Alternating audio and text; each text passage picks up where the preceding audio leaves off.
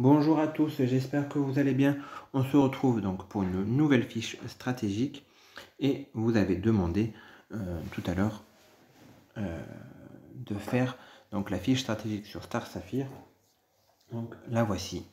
Donc personnage qui a été rework en novembre 2020. Donc pour faire un petit peu d'histoire, donc Carol Ferris, donc de son vrai nom, est un personnage qui a été créé en 1959. C'est la fille et la future présidente donc, de la société Ferris Air, qui est connue pour avoir embauché le célèbre Hal Jordan, dont elle tombera amoureuse par la suite. Le romance s'arrête quand Hal Jordan donc, devient Green Lantern et que les Amarones, donc une espèce extraterrestre féminine, décident de choisir Carol pour devenir la nouvelle Star Sapphire en 1962. Donc à la tête de ce groupe, elle utilise le pouvoir violet donc, de l'amour, qui fait partie donc, du spectre des couleurs des lanternes, pour propager donc l'amour dans tout l'univers. Et on ne sait pas trop si elle est du bon côté ou du mauvais côté, étant donné qu'elle a eu à maintes reprises des combats face à Hal Jordan, qui l'a toujours ramené un petit peu à la raison, puisque le pouvoir du saphir est très puissant.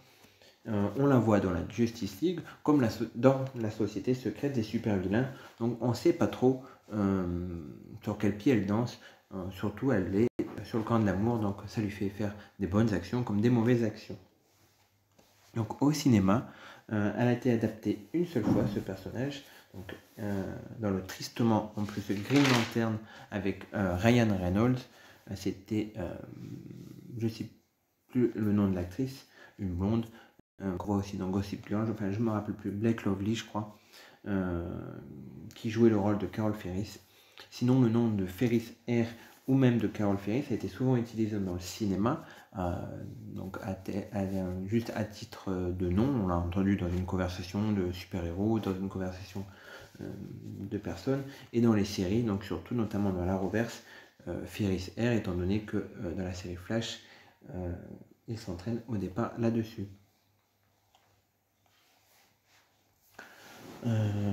Donc dans DC Legends, c'est un personnage d'affinité mystique, présent depuis le début du jeu.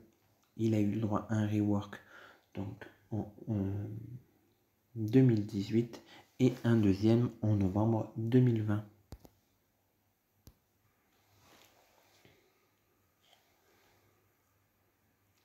Donc c'est devenu du coup l'une des meilleures soigneuses du jeu, et doublée maintenant d'une très bonne stat pour cogner. Donc comme on va le voir, elle a quand même un bulk donc moyen, parce qu'elle a des PV qui sont quand même extrêmement bas, une agilité qui n'est pas des plus fortes, mais par contre voilà, sa stat d'intelligence est vraiment phénoménale, donc ça en fait d'elle vraiment la meilleure soigneuse du jeu actuellement. Voilà, moi je l'ai level 70, JIR 11, et on va voir un petit peu le détail de ses attaques.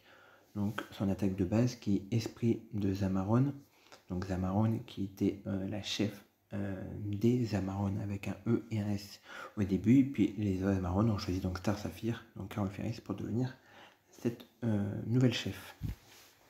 Donc cette attaque de base, donc Esprit de Zamarone, donc inflige des dégâts spéciaux, de malus, de force et d'intelligence à un ennemi. Et en légendaire, ça frappe 2 fois si Star Sapphire fait l'objet d'une sur-guérison. Donc qui est vraiment une bonne attaque de base.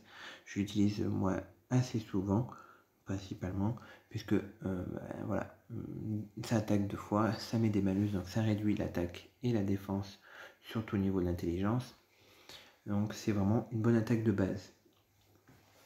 Sa deuxième attaque, donc qui est Triomphe de l'amour, puisqu'elle utilise le pouvoir de l'amour, elle prodigue maintenant une sur-guérison importante, puisqu'avant c'était un soin important, et petite nouveauté, octroie un bouclier de 15% à un allié et à Star Sapphire. Et en légendaire, ça supprime 4 malus à chaque cible. Donc voilà, c'est vraiment la meilleure attaque de soin, parce qu'une importante sur-guérison, c'est capable de mettre un personnage qui est dans le rouge à quasiment la moitié de la barre sur guéri, Et en plus, ça met un bouclier de 15%. Donc c'est vraiment une très très bonne attaque de soin, si ce n'est la meilleure. La troisième attaque, donc, qui est météorite, donc, qui est une attaque de zone, qui fait des dégâts légers, mais qui met 4 malus de force et d'intelligence à tous les ennemis. Et en légendaire, ça ajoute l'immunité au bonus. Donc ça réduit quasiment de moitié l'attaque. Et en plus, ça met une immunité comme ça. Si les personnages voulaient se mettre des bonus pour rattraper un petit peu de puissance, et ben c'est pas possible. Et on termine par ces deux passifs, parce qu'elle n'a pas de pouvoir de lead. Donc croissance amoureuse qui confère 75% de chance d'octroyer 3 générations et l'insensibilité aux dégâts critiques à un allié obtenant un bonus.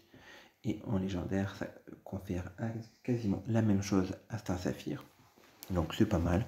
3 générations, ça permet de remonter un peu de vie en attendant que Triomphe de l'amour soit de nouveau disponible. L'important, c'est quand même d'avoir l'insensibilité aux dégâts critiques, puisque avec les malus que Star Saphir nous met, plus cette insensibilité, notre équipe devient vraiment très tanky. Et puis le deuxième passif, donc Amour éternel, qui là est un passif quand Star Saphir meurt, elle produit 100% de soins et une charge de conscience à tous les alliés restants. Et ça supprime également tous les malus en pouvoir légendaire. Donc vraiment un bonus qui remet un petit peu le match à zéro quand Star Saphir meurt. Comme ça les trois autres reprennent un petit peu tranquillement. Donc on a eu la tier list aujourd'hui. Et on peut y voir donc que Star Saphir est tier A. Donc c'est vraiment dans le tiers que je l'aurais mis. Elle est vraiment limite d'être S tier. Le seul personnage qui fait qu'elle n'est pas dans ce S tier, c'est Azrael, qui lui fait des dégâts phénoménaux, qui peut la one-shot. Donc vraiment ce qui fait qu'elle est tier A, c'est Azrael. Voilà, donc comment jouer un petit peu Star Saphir donc en PVP et en DRT, c'est donc avec des personnages qui se mettent des bonus, puisque ça donne 3 générations et ça met l'insensibilité aux dégâts critiques, donc c'est ce qu'on va chercher principalement, et puis des personnages qui sont capables de surguérir aussi, c'est parce que si on peut l'avoir en surguérison assez vite, et ben elle fait une attaque double. Et donc du coup, elle ressemble à un petit personnage qu'on connaît bien, qui est Lex Luthor, avec son chef d'équipe. Donc du coup, elle va très bien avec Lex, et puis avec deux autres personnages qui se mettent des bonus. Donc voilà, moi la composition que je la joue le plus souvent. Et donc, je débute toujours le combat en plus par flash. Donc c'est quasiment de mon côté que le combat se fait. Donc j'ai l'avantage de la vitesse. Et du coup, la première chose que je fais, c'est l'attaque de flash. Comme ça, au moins, je surguéris tout le monde. Et puis, j'augmente l'initiative. Et donc, je prends vraiment l'avantage du match. Donc, Azrael va se booster et attaquer. L'avantage, c'est que quand il arrive le tour de Star Saphir, avec en plus Flash qui fait énormes dégâts en R5, vraiment, il a vraiment une grosse différence. On peut voir, vous voyez, tous les personnages ont 4 barres, sauf Flash qui, avec le R5, a réussi à accumuler une autre barre en plus. Donc il a 5 cases, là où les autres en ont 4. Et puis il fait d'énormes dégâts, maintenant il est très résistant.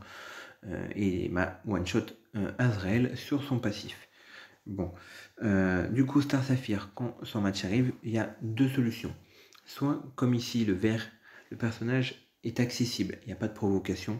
Je vais utiliser dans cette équipe son attaque de base, puisqu'elle va quasiment m'offrir la chance d'OS un personnage, donc vert. Donc ici Arceus, puisque Arceus est un personnage dangereux.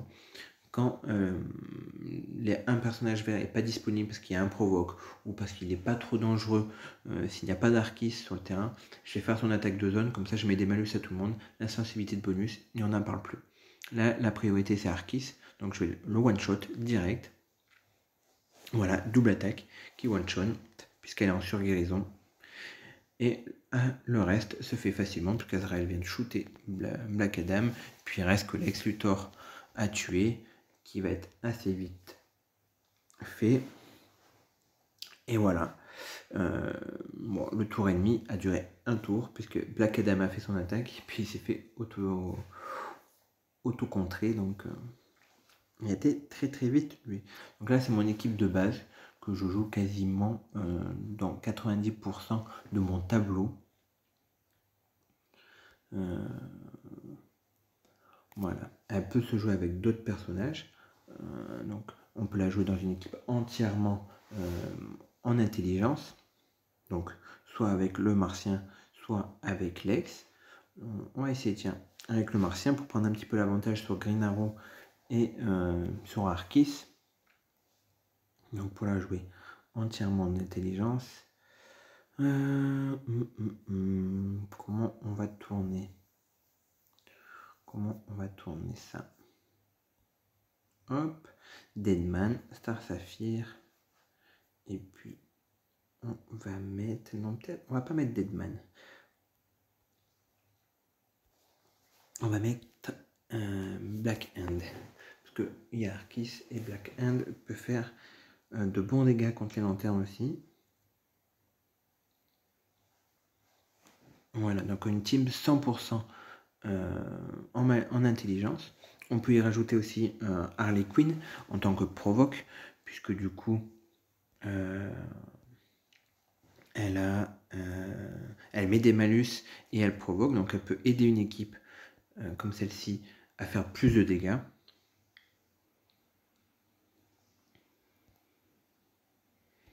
Voilà, Martial Manator devrait quasiment one shot. Voilà, Arquis, de toute façon, il est fini. Voilà, donc là, tous mes personnages sont GR 11, donc sauf Artemis qui est en cours. Donc si elle a des chances, hop, de tomber.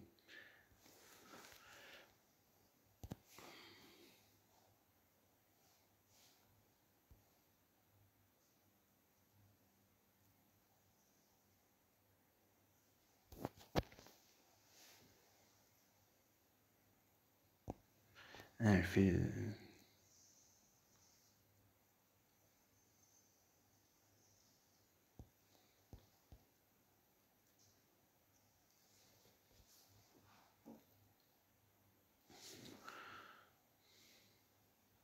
Bon.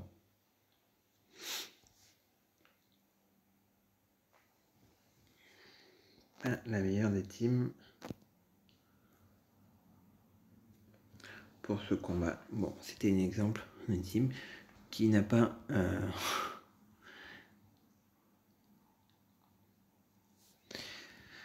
Eh bien alors, comme je le disais juste avant, on va essayer avec Harley Quinn.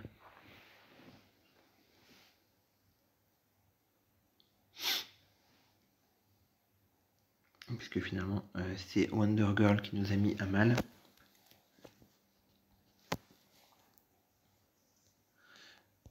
Hop.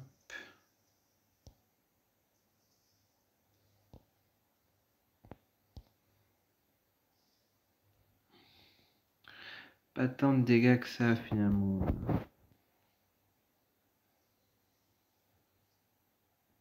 Notre Wonder Girl. Allez, Arquis, on n'en parle plus. Voilà, le combat devrait mieux se dérouler.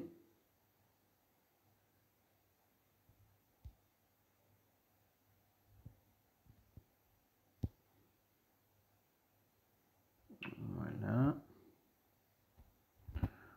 On va mettre son attaque de... Hop. On va faire donc ça. Hop. Pourtant, elle a des bons bonus d'intelligence, Artemis. Comme je crois, je vous disais que le soin normalement mettait beaucoup de choses.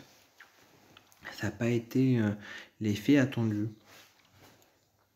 Donc un second match qui a été beaucoup mieux finalement, puisque je pensais que deux bleus feraient l'affaire. Et puis finalement, c'était Wonder Girl qui nous a mis à mal, donc j'ai mis de rouge. Voilà, donc pour la fiche stratégique de Star Saphir, donc je pense qu'il n'y a pas mieux à dire.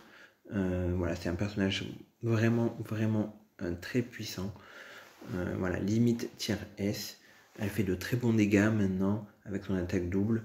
Elle réduit vraiment l'attaque. et elle empêche donc votre équipe de prendre des coups critiques. Donc surtout, n'hésitez pas à la jouer, à la monter. Elle sera utile, je pense aussi encore en raid, puisque sa double attaque lui permet de faire beaucoup de dégâts. Donc je pense qu'on peut être amené à la revoir en raid aussi. Donc n'hésitez pas à la monter, n'hésitez pas à commenter la fiche stratégique pour savoir si vous l'avez aimé ou pas, si vous avez un complément à faire. Voilà. Et en attendant la prochaine, je vous dis bon jeu.